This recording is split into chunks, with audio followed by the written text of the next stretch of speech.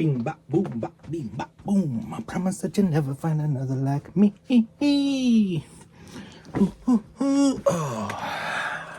Oh, jeez, I didn't see you there. Oh my goodness, you scared me. Whew.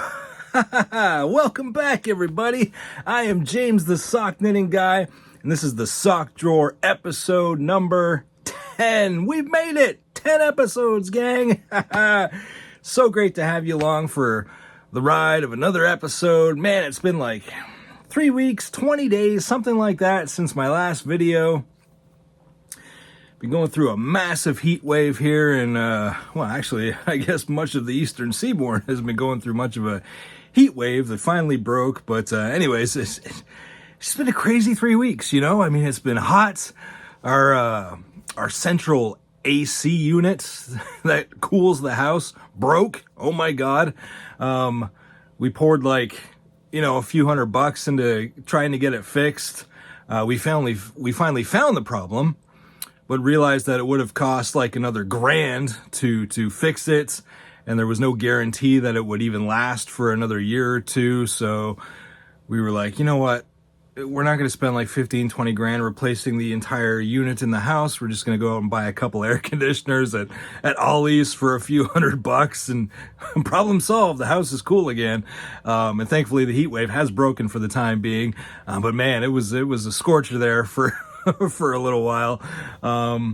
And then our muffler, our exhaust system on our car is acting up, so that's been challenging, and we have to take it in on Wednesday to hopefully get it fixed, because we're going on a trip in a couple weeks.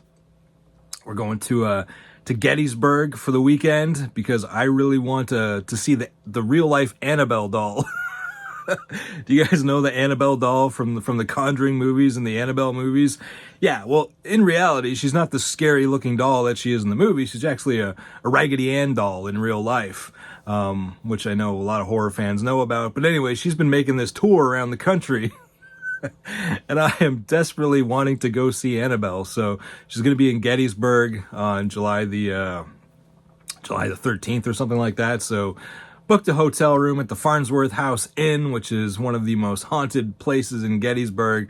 I've stayed there before. I've had a lot of paranormal activity there. It's awesome.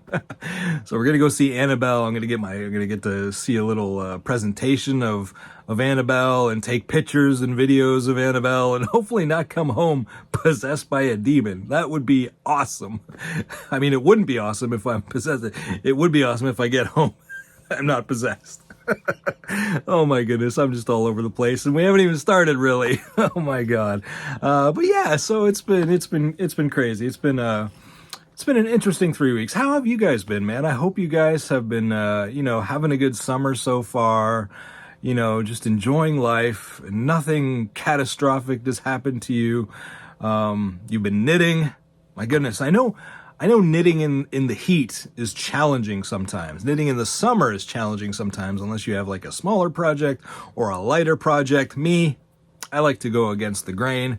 I started a sweater 2 weeks ago, 11 days ago, I started knitting a sweater. Oh my God, we're going to get to all that in a minute. But yeah, I just wanted to check in and make sure you guys are doing okay. Got a lot of great comments on the last video that I had with Piper, the big guinea pig. He's going to be back later on, because my friend Michaela, who owns Piper, she's going away on another vacation at the beginning of August. So I am going to be blessed with watching Piper for another week. So we'll try and do a podcast while he's here again. Oh my God. It was great. It was great taking care of Piper. He's one of those guinea pigs that have a lot of personality, You get him out of his cage, you put him down, he'll just like explore and run around and just have fun, and he loves it. So and I love taking care of Piper, as well as taking care of all of our guinea pigs that we have. We have 4 guinea pigs and 1 cat. So yeah. And out back, man, I tell you, man, now with the warm weather here and summer here, out back is like a Disney movie in our backyard. We got deer, we got rabbits, we got birds, we got groundhogs, it's crazy, man. You can look out the backyard anytime and see some sort of wildlife out there. So it's nice. It's nice living in the country where you can see that stuff. I love living where we live because it's quiet, it's peaceful. You're surrounded by trees and green, and it's just really nice. That's why I've said before that I don't know if I could ever go back to living in a city surrounded by the concrete jungle, So I like living where we live. But again, I hope you guys are doing well. Welcome back to the podcast. I know it's been a while, but hey, that's just the way it goes sometimes. I've said before that I'm no longer going to feel beholden and pressured to put out an episode every week or every 2 weeks or whatever. I'm just going to sort of throw these out there whenever I feel like it. And it's been fun. It's been good. It's been a lot better for my mental health, which to me is like the top priority. So as long as I feel comfortable doing them and putting them out, whenever I feel like it and not feel that pressure, it's great. So yeah, we've been having a lot of fun. But there has been a lot of knitting. And the funny thing is, this is the Sock Drawer Knitting Podcast. But there's no socks to speak of this week because, oh my God, I've knit everything but socks. I think I've knit in the last 3 weeks maybe 10 rows on a sock. The second sock to my, oh my God, I don't have it with me. But you guys remember a few episodes ago, I showed you that tiger sock made from DK Opal yarn. Yeah, well, I've cast on and been slowly knitting the second one just, when I feel like it. But I haven't really felt like knitting socks much lately. I've been knitting a shawl and a sweater. And the shawl, because I've shown the picture before, it's the Enchanted Forest shawl by Rachel Keener that I got the kit for when I went to the Central Pennsylvania Fiber Fest. Froggit Yarns, who we love, had the kit to knit the entire shawl. So I bought the kit and I started knitting the shawl. And let me tell you, man, it is one of the most gorgeous things I've ever knit. In my, what are we, 21, in my almost 4 years of knitting, this thing is gorgeous. Let me get it out here for you. It's knit with, I don't even know if it's, let me see here. Let me grab this kit. I believe it's DK weight yarn. Let me just see here just to be sure. Yeah, it's DK weight yarn, superwash merino, no nylon, just straight superwash merino yarn. And this is gorgeous. Let me make sure you knit with 2 colors at a time. This is the base. I don't know what this is called. I apologize, but this is the base. This is the main color, and then you knit with these minis that are the secondary colors. And so each section is knit with the main color and a contrast color. And let me just make sure that I hold this upright. Here we go. This is gorgeous. Look at this. Look at this thing. Look at that. Oh my God. It's a can of salmon. No, come on. This is beautiful, right? I mean, look at this. Get some close-up shots there. You got some dots. Let me see. The first section is called dots, and then you do a garter section. And then you get into, this section is called dashes, and then another garter section, and then this section is called large dots, another garter section, and then you get into some brioche. Oh my God, we love some brioche. I love brioche. It just takes forever, because you're knitting the same row twice.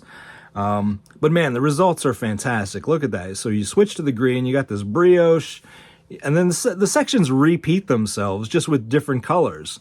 Like here's another brioche section that I just finished.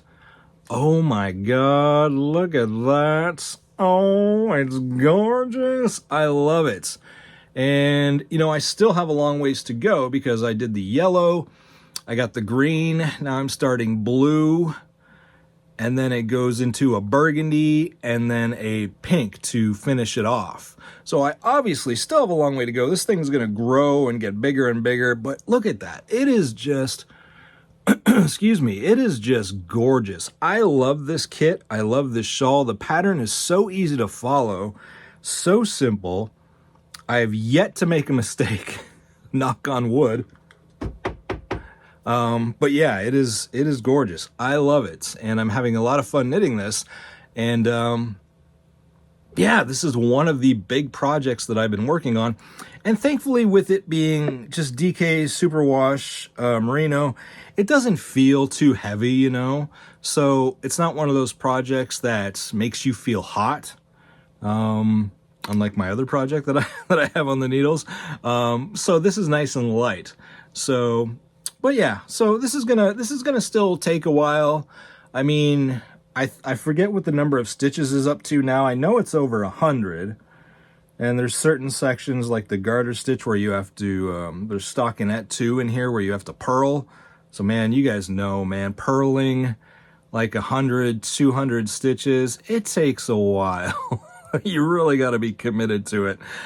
So yeah, so this is still going to take me a while, but this is so much fun. Oh my God, I highly encourage anybody that's looking to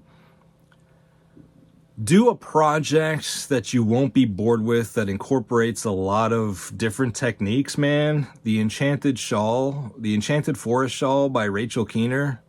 That's it, man. This is great. And of course, I mean, I bought the kit from Froggit Yarns. We love Froggit Yarns. They have a podcast as well. You should go check that out. But yeah, I mean, I bought the kit, but obviously you can mix and match and create your own colors with this. But yeah, it is gorgeous. I mean, I'm having so much fun with this. And yeah, the funny thing is I foresaw myself knitting this from, you know, beginning to end, like not taking a break to knit anything else, not socks, not whatever. But as life would have it, let me just put this down here. I was watching, again, we've talked about this many times. I love the podcast from Allie Rowan. Allie Makes Everything. She's a friend of the show. Now, I guess, now that she's recommended us and sent all these new viewers our way. That's great. Thank you, Allie. So I consider her a friend of the show. But anyway, she was talking about this, oh, excuse me, I got a tickle in my throat today. She was talking about a sweater that she had finished knitting. And it got me thinking, you know, I mean, I had toyed with the idea of knitting a sweater this year back in February. And I found a pattern, and geez, I'm so unprepared right now. I didn't even bring the pattern with me. Hold on. I had found a pattern, and I had decided that for the first time ever, I'm going to knit myself a sweater this year at some point, okay? And I had bought 2 balls of the recommended yarn, you know, just to get started, knowing at some point I would get started. So I bought 2 balls of the recommended yarn, which I've never really done before. Like you know, with socks, I mean, the recommended yarn is always, you know, pretty much superwash merino yarn with nylon, 75-25. So I mean, there I always follow the recommended yarn when knitting socks. But when it comes to a bigger project like a scarf or whatever, you know, I've never really followed pattern recommendations for the recommended yarn. I've always substituted something myself and, you know, got results that I'm happy with. But I decided that if I'm going to tackle knitting a big project like a sweater for the first time, I should probably just stick with the recommended yarn and see how it goes. And then from there, as you know, you get more experienced, you know what you can substitute, you know, gauge, things like that. So, but anyways, I've decided to stick with the recommended yarn for this sweater. And so I bought a couple balls of it back in February, bought the pattern, and I haven't really done much with it yet. But I saw Allie had finished a sweater, and it kind of motivated me a little bit to want to get started on my sweater. And when I say that it's the first sweater that I've knit for myself, that's not to say that I haven't tried knitting other sweaters. I have. I've tried knitting colorwork sweaters that I got messed up and turned around on and never finished, and just regular. I even tried crocheting a sweater once, and it just didn't work out. But you know what? Here's the thing. everything happens for a reason, right? I kind of hold firm to that. Everything happens for a reason, because these attempts that I made at knitting myself a sweater, I've knit a sweater for other people. I've knit one sweater to completion in my journey for my bestie, Michaela, back in maybe 2022. It was a raglan sweater. The pattern was Ashley Lillis's, I think it was Fall Bluff sweater. But I knit that to completion for my bestie, Michaela. But I've never knit myself a sweater. So, whatever. Anyways, everything happens for a reason. That was where I was going. If I had have knit myself a sweater 2 years ago, heck, maybe even a year ago, it wouldn't fit me today. It wouldn't fit me today, because I've mentioned before that I had surgery in 2020 for my Crohn's disease. When I went in to have my surgery for my Crohn's disease, I was literally maybe 120 pounds. It was at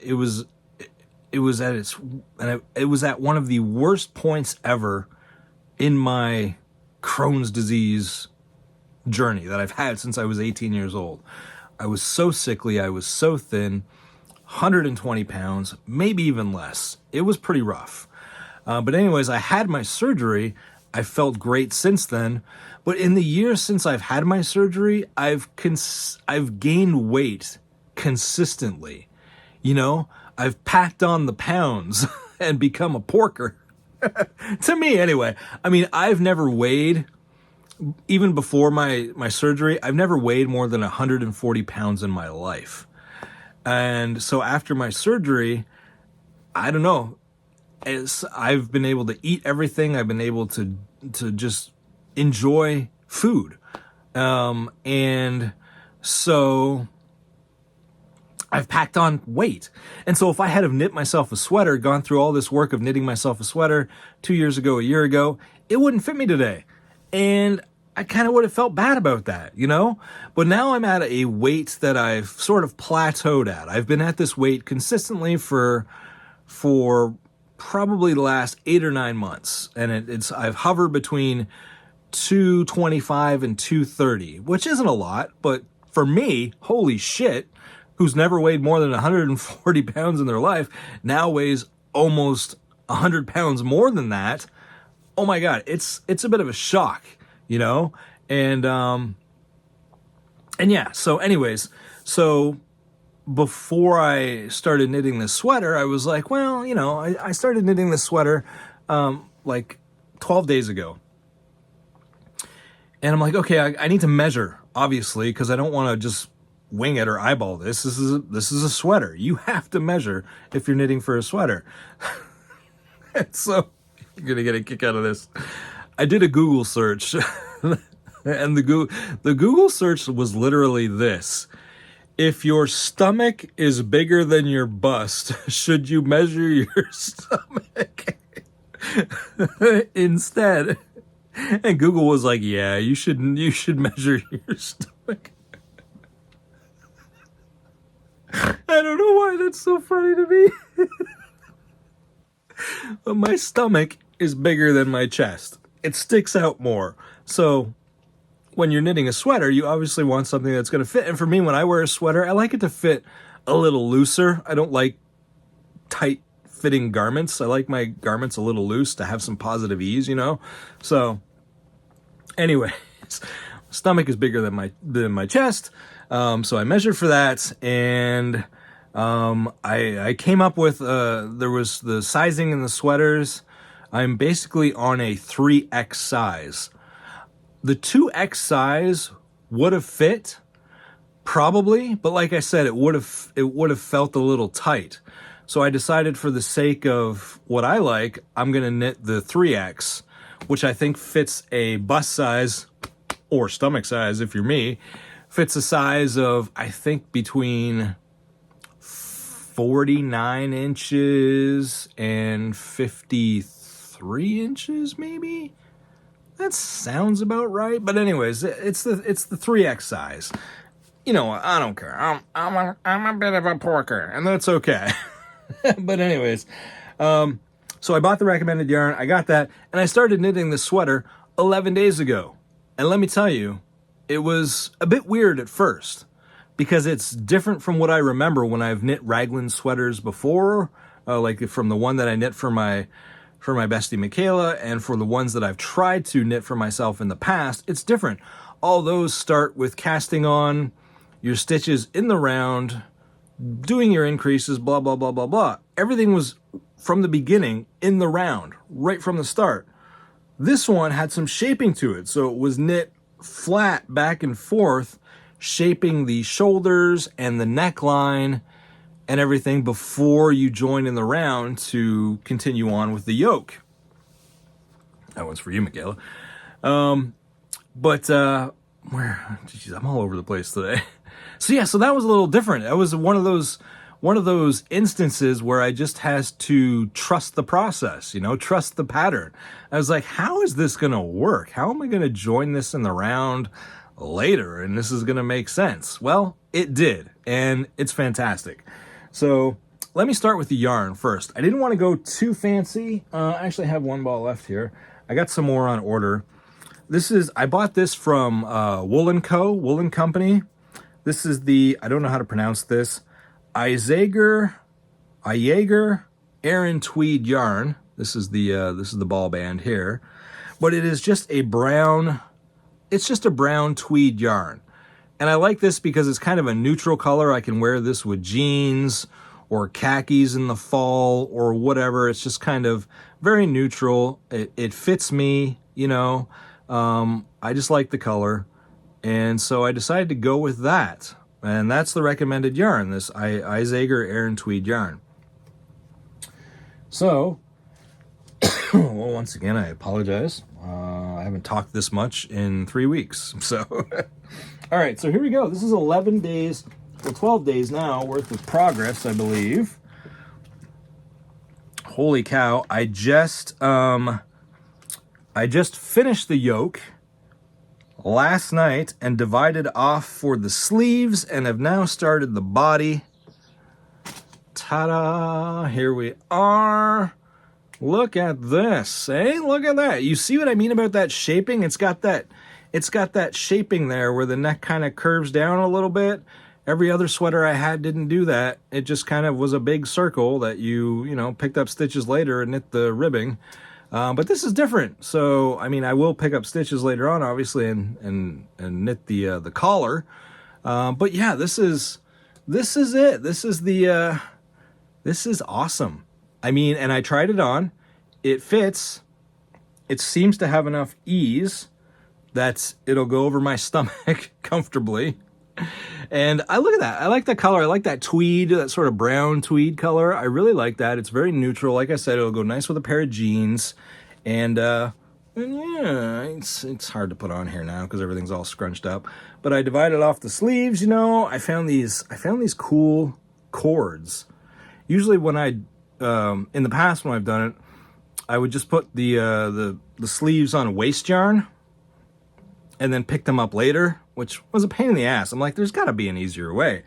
So I found these sort of rubber cords that are hollow, and you put them on the ends of your needles, and you can just slip the stitches right onto these cords, pop it off your needle, and boom, there you go. Your stitches are on the waist thing. And that's great. That was so easy. But yeah, so this is the yoke, guys. And it's nice. I love that it fits. Yeah, I really don't know what else to say about this, I mean, it's still going to take a while because I have the body and I like my sweaters a little longer. So this one I think says to knit 29 inches from the neck, or maybe from the underarm to before you start knitting the ribbing around the bottom of the body. But I'll probably go longer than that. I like my sweaters a little longer. I like them to be baggy. And yeah, so, this is still going to obviously take a little bit, and that's okay. This is just straight stockinette stitch now. Let me tell you, getting through the yoke and those increases is probably the hardest part of knitting a raglan sweater, because you just want to get to the body. You just want to see it all come together. But you got to do those increases, you know? And I mean, this thing started with, what was the cast on? 60 some stitches maybe? And by the time it was all said and done and the yoke was finished, there was like, oh man, 300 and some stitches on the needle, you know, before dividing off for the sleeves and the body. And so that's like, oh man, that's a lot of increases, you know? And so man, getting through that was a bit of a chore. And especially in the heat wave we were having, you know, like who casts on a 100% wool sweater in the middle of summer, in the middle of a heat wave? I do. Because you know what? It's going to be ready for fall. And by the time the weather turns cold, my summer self will be like, hey, that was a good idea, man. And so hopefully this turns into what will be the very first sweater I have ever knit for myself. And I like it and I enjoy it. And then I can finally feel confident enough to knit colorwork sweaters, which is what I've always wanted to do for myself. You know, those like beautiful Nordic sweaters with the beautiful intricate colorwork on the yoke. Those to me are just absolutely gorgeous. My goal, I found a sweater years ago that I absolutely love that I still want to knit for myself. It's the Riddari sweater, Riddari. I don't know what it is about that sweater that I absolutely love, but my goal, my bucket list is to eventually knit myself that sweater. And that one's a little different. That one is knit from the bottom up. So you do the body, you know, then you cast on stitches and then start the yoke, and it's just different. It's from the bottom up. And so that is on my bucket list of knitting, is to knit that Riddari sweater. But before I get there, I might try, if, you know, everything goes well with this and everything is successful, I might try one of those sweaters that Allie showed off in her video, where it's a top-down sweater, but the color work is all in the yoke from the top down. That to me, I think is definitely doable. You know, so once I get finished this and I'm confident enough that I can knit, you know, a sweater, I think knitting a colorwork sweater from the top down is definitely what's going to be my next big project after this. So that is how we're looking these days on the knitting front. Man, it's so nice. You know, I'm just so happy with this, you know, and I'm praying that, yeah, this is going to fit. I don't see how this cannot fit. This, I mean, look at this, you know, I just want it to be done so I can try it on. No, but yeah, so things are looking good on the sweater front. So I'm gonna put that aside here for now. And yeah, that is it in terms of knitting projects that I have on the go. I like I said, I started that second sock, but it's not even worth showing because it's barely anything done on it. But yeah, so I've just been exploring other things than socks. And you know, I knew at some point that was gonna happen. You know, when I called this podcast the Sock Drawer Knitting Podcast, I knew it would eventually be more than just socks. But, I mean, I consider myself primarily a sock knitter, so that's why I went with that. But you're going to get things other than socks on this podcast as we go along. You know, that's just going to happen. One cannot live on socks alone. A knitter cannot live on knitting socks alone. You have to knit other things. So you're going to see that come into play, obviously, with that shawl and the sweater. So bear with me, guys. We'll eventually get back to some sock talk. And I'm always happy to answer questions about socks or anything like that. Any knitting question, really, I'm always happy to answer. We did that Q&A last episode. Oh, here's something. I debated on doing one of these upcoming podcasts. But I thought, what the hell, it might be fun. So let me ask you guys who are watching this.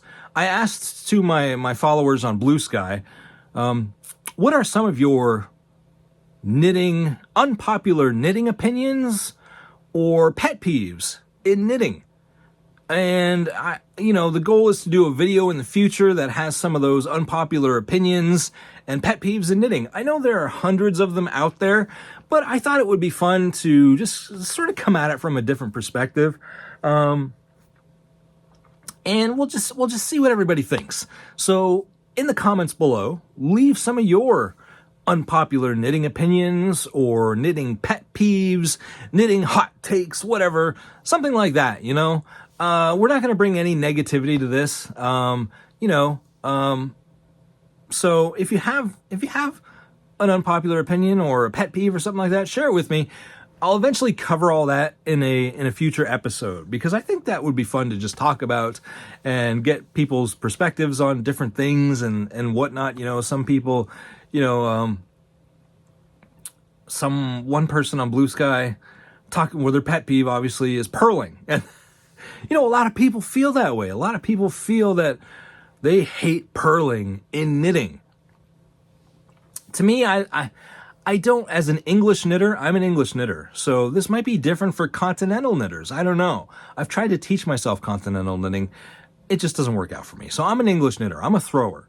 So purling to an English knitter can be a bit of a pain in the ass sometimes. But it's a necessary evil, as I like to think of it. It's just one of those things that you gotta accept. Patterns are gonna have purling. So, but it is a pet peeve to some people. So just things like that, pet peeves, unpopular opinions, share them below. We'll get to them in a future episode. I think that would be fun to just explore. Let's see what else we got going on. Oh, I mentioned Froggit Yarns.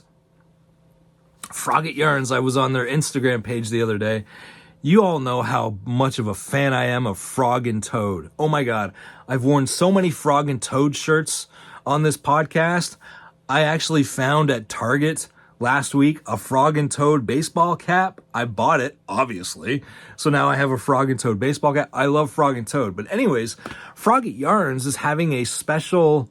I don't even know if I should tell you guys this, because you might buy it up before. No, I'm just kidding. They're having a special limited edition box that they're releasing on July the 1st. And it is a Frog and Toad themed box. They've created a new colorway sock set, the Frog and Toad colorway. So you have the base yarn, and then you got the little mini for the heel and the toe and things like that. So they got that in the box. They have an actual Frog and Toad, our friends, Frog and Toad book, a Frog and Toad project bag, and a Frog and Toad little charm that is also included in the handmade charm that is also included in the box. And oh my God, it releases on July the 1st. It's only limited to 25, man. And let me tell you, I'm on the fence, because it is pretty costly. But at the same time, it's worth it, obviously, for what you get in the box. But at the same time, it's like, do I want to spend that much money on a Frog and Toad box? Yeah, I kind of do. So we'll see. We'll see. I'm at least, if I don't get the box, I'm at least going to get the yarn, because you can buy the yarn separately. So I don't know. We'll see. But I am excited about that. Yeah, that's, what else? That's it for yarn stuff and knitting stuff, I believe. Yeah. Movies, TV shows, things I've been watching. Nothing really of note. I did watch 28 Years Later. Oh my God. Loved it. Fantastic. I don't care what anybody says. That ending to that movie was perfect. There was a lot of online discourse about the ending to 28 Years Later. I absolutely loved it. So I watched that. I watched, Steven Spielberg, director Steven Spielberg. Of course, everyone knows Steven Spielberg. His daughter is now directing movies, and she directed a horror movie called Please Don't Feed the Children, and it premiered on Tubi. Oh man, I love Tubi. They're free, they're fun, tons of great movies on there. But anyways, this Please Don't Feed the Children premiered on Tubi yesterday, and so I watched it last night. It was pretty good. It was all right. It was a horror movie, so, it was pretty much what I expected, but, for a first feature film, it was pretty good. And it was an independent movie, which I liked. It wasn't a big budget, huge movie that her dad said, here, have all this money and make whatever you want. You know, she went out on her own and just raised money and did this. And it's an independent, small movie, but it was pretty good. It stars, I mean, there's kids in it, but the two big names that she got for it are Michelle Dockery, who we love as Lady Mary in Downton Abbey. Oh my God, I love that show. Downton Abbey is one of my favorite shows. They got the final movie for that coming out this year. Gonna be so sad to see it go. But anyways, Michelle Dockery's in it, and Giancarlo Esposito. Everybody knows Giancarlo Esposito. He was Gus Fring in Breaking Bad. He was in The Mandalorian. Yeah, I love Giancarlo Esposito. And he was in that as well. So it was a fun little horror movie. Nothing to write home about, but a good little feature. And I'm looking forward to seeing what the younger Spielberg does as her film career blossoms. So yeah, so that was it. Oh, the shelf above me. Look at that, eh? I got this new shelf to put some of my horror figures on. Like I said, I love horror movies. I love all things horror. I'm a big collector of horror merchandise. I have horror posters all over my office down here. So I decided to put a shelf here to display some of my figures. Jason Voorhees, Leatherface, you know, Reagan from The Exorcist, Art the Clown. Just a whole lot of Christopher Lee, Vincent Price are up there. Lots of fun stuff. I still got more that I got put on a shelf, but yeah, that's about it, guys. Anything else? What are these? No. Let me just show these. I don't know why. These were to go up on the shelf, but I crocheted last summer or the summer before. Speaking of horror, I crocheted these little bumblebees that are horror bees. So this one is a little Freddy Krueger crocheted bumblebee. I don't even remember where I got the pattern. I think it was on Etsy. These are just little crochet bumblebees. That's a Freddy Krueger, and this is a little Jason Voorhees bumblebee that I crocheted. Horror bees, oh my God. They were fun to do, but they were just sitting off to the side, so I figured I'd bring those up. But yeah, guys, I believe that is about it for now. Where are we at here? We're almost at 40 minutes into this thing. So, yeah, that's it, guys. Yeah, so if there's anything fun that you've been working on, or something, let me know. Like I mentioned before, that colorwork sweater that I would eventually like to try, that's sort of my holy grail of knitting. What is one of your holy grails? What is one of the things that you've always wanted to try, that you know you have to knit before you die? You know, your bucket list knitting items. What's one of the things on your bucket list that you would love to knit? I'd love to hear in the comments below, man.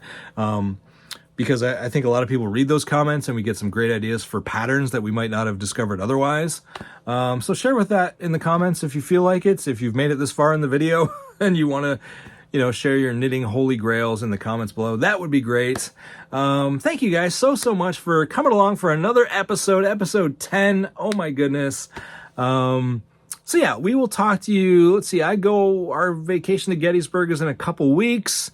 So we'll say another 3 weeks, man. We'll do another video, and we'll do a progression on the sweater and the shawl and things like that, and we'll just chat and have some fun. And yeah, guys, I hope you're having a great summer. I hope you have a great summer. I hope you do lots of fun things, or things that you enjoy that bring you happiness and good mental health. That is first and foremost one of the most important things. Take care of your mental health, guys. And happy knitting, and I will see you again next time.